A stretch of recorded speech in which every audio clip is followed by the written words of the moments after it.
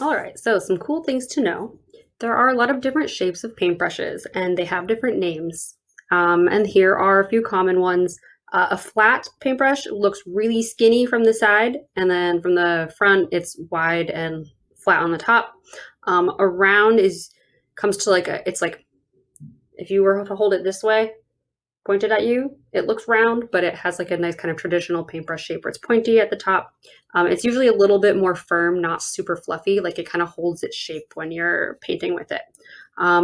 Most concealer brushes are a filbert where it's like kind of a ellipse at the top and it's flat from the side. I tried to send everybody home this year with a small mop. Now I'm holding a fairly large and fairly expensive mop. And the kind of defining characteristic of a mop is it's very, very soft. They're usually splayed out wide, but sometimes you can get ones that are considered a mop that are also more of like a round shape, but they're really soft. So I tried to send everyone home with a small mop because they're great for watercolor because they're so soft. They can pick up a lot of water and smush it around and drip it everywhere. But I also tried to send everybody home with another brush that's a little bit firmer, a little bit easy to create details with. So many of you will have a smaller brush that isn't round. A few of you might have a flat, an angle, or a filbert that's smaller that was in good condition. For some reason, our flats, filberts, and shaders are the ones that get damaged the most in the classroom. So many of you are going to just have like a soft round that's almost a mop and a firmer round. And in terms of what paintbrush to use, it really comes down to personal preference because you're capable of creating a lot of different shapes with each brush. It's not like this brush I have that's a flat will only make certain lines. If I want to make puffy clouds, I can do it with a whole variety of different types of brushes. It's just a matter of getting to know your brush, the softness of the different types of bristles, the length of the bristles, how to hold them and smush them around. So while there are some that, you can go to the art store and they say, oh, these ones are just for oil. These ones are just for acrylic. You can also go to the art store and be like, where's the display of all-purpose brushes? Because I don't want to play that game of trying to have a set for each different thing. But if you had something soft like this, it would be hard to work with oil paint because it's just kind of bend and not move as much paint as you want. Whereas this one would kind of push it more like a broom and you'd get like enough traction. So yeah, different brushes. It's just kind of a personal preference and getting comfortable with different types. And know that there is a lot to learn, but you don't need to know it at this level. So then our next thing is going to be caring for your brushes. And first thing I need you to know, when you were in elementary school, you probably had a teacher who told you, if you weren't using this brush right now, please put it in your water cup. And then if you're not using this one, put it in your water cup. And if you're not using this one, put it in your water cup. And then when you're going to use this one again, just take it out.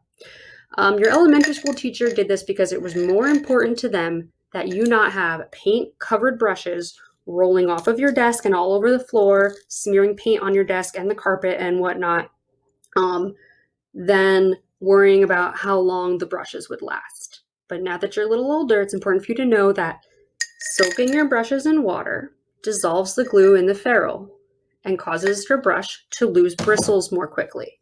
So soaking your brushes in water like this is not a great thing to do now that you're almost an adult.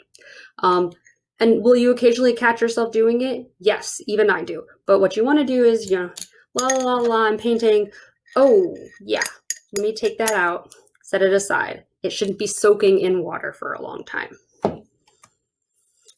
The next thing we're going to talk about is how to move your brush on the paper because you want to preserve the life of your brushes, keep your dancer's feet nice, keep her toes pointed, keep the shape of the brush. And so if you think of your brush like a ballerina, it's going to glide on its toes. It's not going to grind around on its heels like some kind of modern dancer.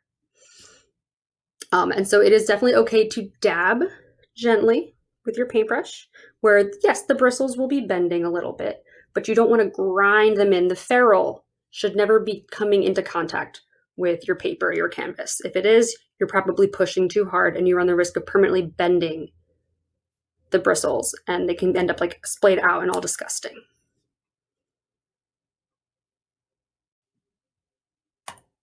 So here are some animated GIFs to show you correct ways to move your brush across the paper. You can see we have watercolor, it's kind of gently gliding. We have some acrylic that's being pushed around. And of course, Bob Ross, dabbing gently. And he is dabbing, but he's not dabbing so hard that the ferrule is touching. Like all of these, the bristles bend a little bit, but they're not getting crunched and crushed. So these are ways to treat your brush. And these are ways to not treat your brush. Imagine how much pressure that kid is putting on his pencil. That's too much pressure for a paintbrush. You don't want to grind it. You don't want to stab it. You don't want to smash it.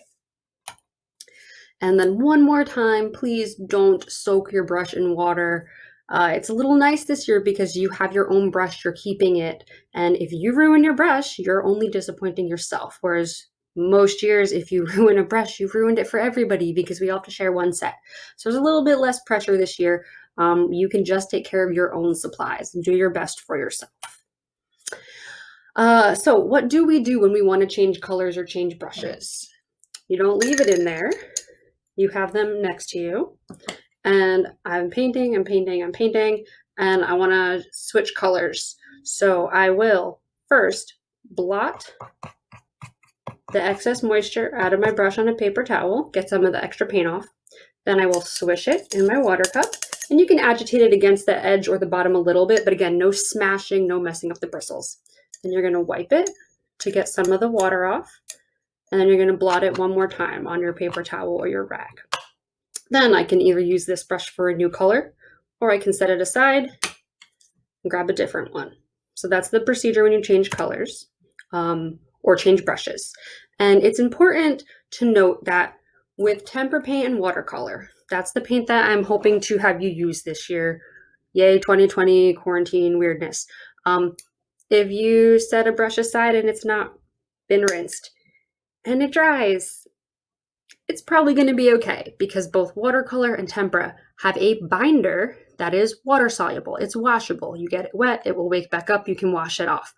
So if you were to set a brush aside with tempera or watercolor, it's not ruined. You can just wash it later. However, if you get to a point where you're using acrylic paint, that's the ones with the plastic binders, within 10 to 20 minutes, those paintbrushes are ruined because the paint will dry and the acrylic polymer binder will have formed a little sheet of plastic, and now you have what looks like a paintbrush, but it's just like a little plastic nub, and it can't be used as a normal paintbrush anymore. It's ruined.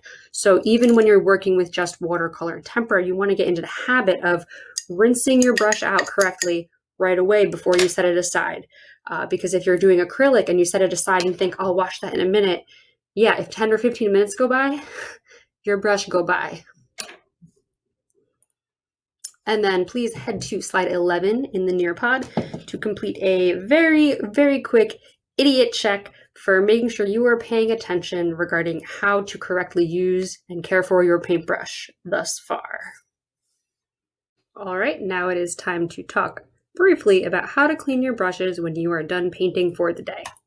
So the first thing that you'll want to do is get the excess paint off the brush, and you can do that on a paper towel, or you can first do the whole swish, rinse, blah, blah, blah thing. But then you're going to want to take your brush to your kitchen or your bathroom, and you're going to shampoo it. So you're going to get the brush wet, add a little bit of a mild hand soap or shampoo to your palm, and then massage gently the bristles. They should foam up something pretty and colorful, maybe ugly and colorful, depending on what's left in your brush. And then they should be rinsing clear when you're done. So you're going to rinse out all the soap. One way to check if you've actually gotten it clean, especially because sometimes the paints will stain, is you can take a fresh paper towel, wipe the brush on it. If it's wiping clear, then it's good. If you wipe and it's leaving color, a little more soap or brush cleaner, clean it again. I don't expect you to have brush cleaner at home, but at school we do have commercial brush cleaner, like designed for paintbrushes. At home, just use some like the gentlest soap you have. It doesn't need to be like anything like Ultra, Prel, Head and Shoulders, whatever, but use what you have. Then you're gonna get rid of the extra water. You can kind of pinch it out, or you can blot it on a paper towel. Then you're gonna reshape the bristles, and you're gonna let it dry one of two ways. You can lay it flat somewhere, like on a towel or a paper towel, and let it dry. Or you're going to put it with its bristles up in some sort of cup. A lot of art teachers has some kind of sign with the rhyme like bristles up in the cup. And the idea is if you leave your brush with wet bristles face down, the bristles are going to bend and they're going to dry bent in that weird shape. And the brush is going to lose its shape possibly permanently and kind of get ruined. So I know in my art room, the poster, one of the brushes is like, he says, I have a headache, and like his hair's messed up because he was left like smushed down. So you want to leave your brushes to dry with the bristles up or lay it flat. And the goal is just to not change the shape of the bristles permanently, because there are ways to hang up your brush upside down and let it dry and have the bristles stay perfect, like these apparatuses that people made and posted on Pinterest. But unless you want to make one of those, the easiest thing is either lay your brush to dry on a towel or a paper towel, or leave it with its bristles up in some sort of cup until it dries. And then your homework is to make a TikTok style video explaining how to wash a paintbrush. Just kidding. I did think about that, but not only do you not really want to make one, I really don't want to watch 48 of them. So just kidding. We're not doing that. But you are going to take a really quick assessment. I think this one is a poll. So head over to slide 14 in the NearPod and let me know you were paying attention to how to clean your brushes.